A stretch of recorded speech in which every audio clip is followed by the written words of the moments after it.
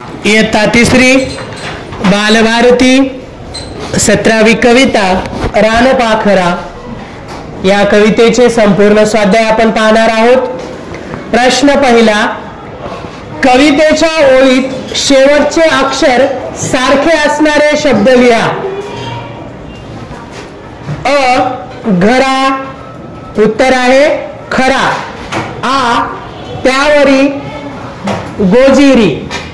E सानुला तुला।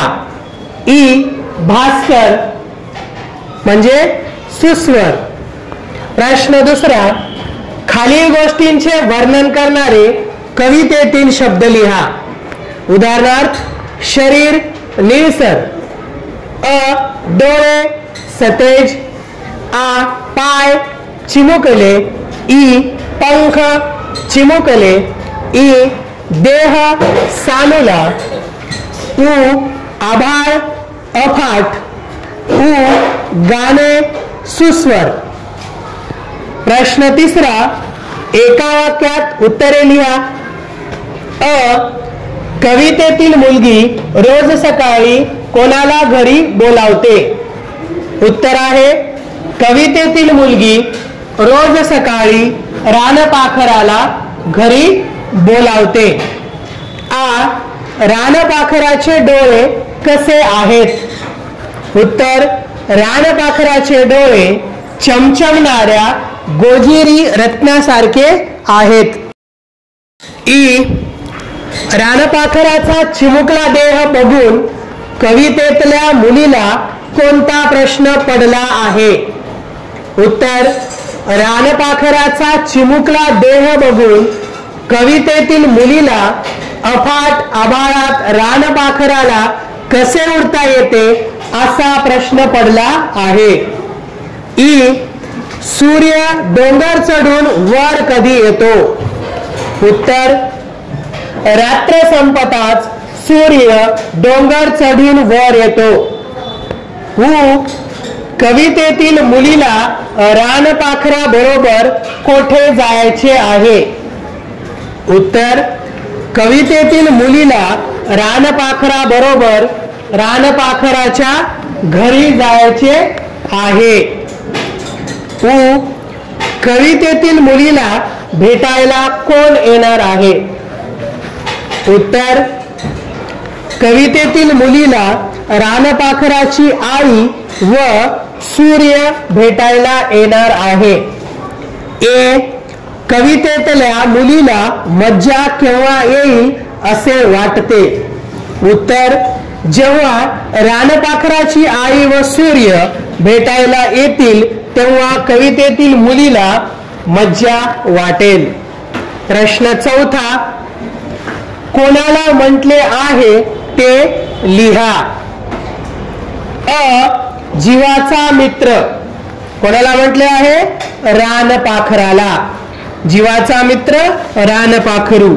आ गोजिरी रत्न। कोणाला म्हटले आहे? रानपाखराचे डोळे। गोजिरी रत्ने रानपाखराचे डोळे। प्रश्न पाचवा, कवितेतल्या मुलीला रानपाखरू गाणे गाऊन उठवते। खालील मुले कशी उठत असतील याची कल्पना करून रिकाम्या जागा भरा।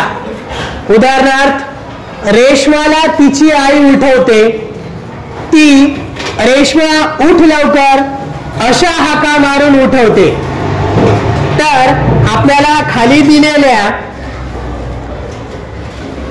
उदाहरणातून हे मुले कसे उठत असतील ते आपल्याला सोडवायचे आहेत। अ सतीशला मोबाईलच्या गजराने जाग येते। मोबाईल टिंब टिंब असा आवाज करून उठवतो। तर या ठिकाणी मोबाईल ट्रिंग ट्रिंग असा आवाज करून उठवतो। आ भिकूचे घर दाट जंगलात आहे, त्याला टिंब टिंब आवाजामुळे जाग येते। तर या ठिकाणी त्याला पशु पक्ष्यांच्या आवाजामुळे जाग येते। ई रफिकच्या घरामागून रेल्वेची लाईन जाते, तो दररोज टिंब आवाजामुळे उठतो, रेल्वे टिंब आवाज करत जाते. तर याचे उत्तर आहे तो दररोज रेल्वेच्या आवाजामुळे उठतो, रेल्वे झुक असा आवाज करत जाते. ई रेवतीचे घर घाऊक भाजी बाजारासमोर आहे, बाजार पहाटेच सुरू होतो, रेवती दररोज टिंब अशा आवाजामुळे उठते. तर या ठिकाणी रेवती दररोज ताजी भाजी, हिरवी भाजी अशा आवाजामुळे उठते. उ जानकीचे घर एसटी स्टँडच्या अगदी मागे आहे, त्यामुळे ती दररोज टिंब अशा आवाजामुळे उठते. त्यामुळे ती दररोज बसच्या पोम अशा आवाजामुळे उठते. जमीलाची आई चादरीच्या कारखान्यात काम करते, त्यांचे घर कारखान्याच्या आवारातच आहे. जमीला रोज टिंबच्या आवाजामुळे उठते.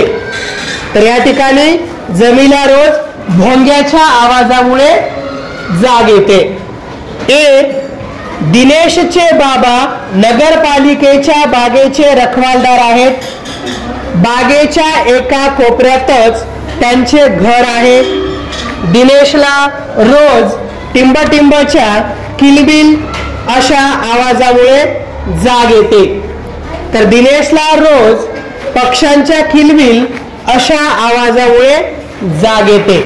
तर या कवितेचे संपूर्ण स्वाध्याय तुम्ही सुंदर अक्षरामध्ये लिहून काढा आणि वाचन करा.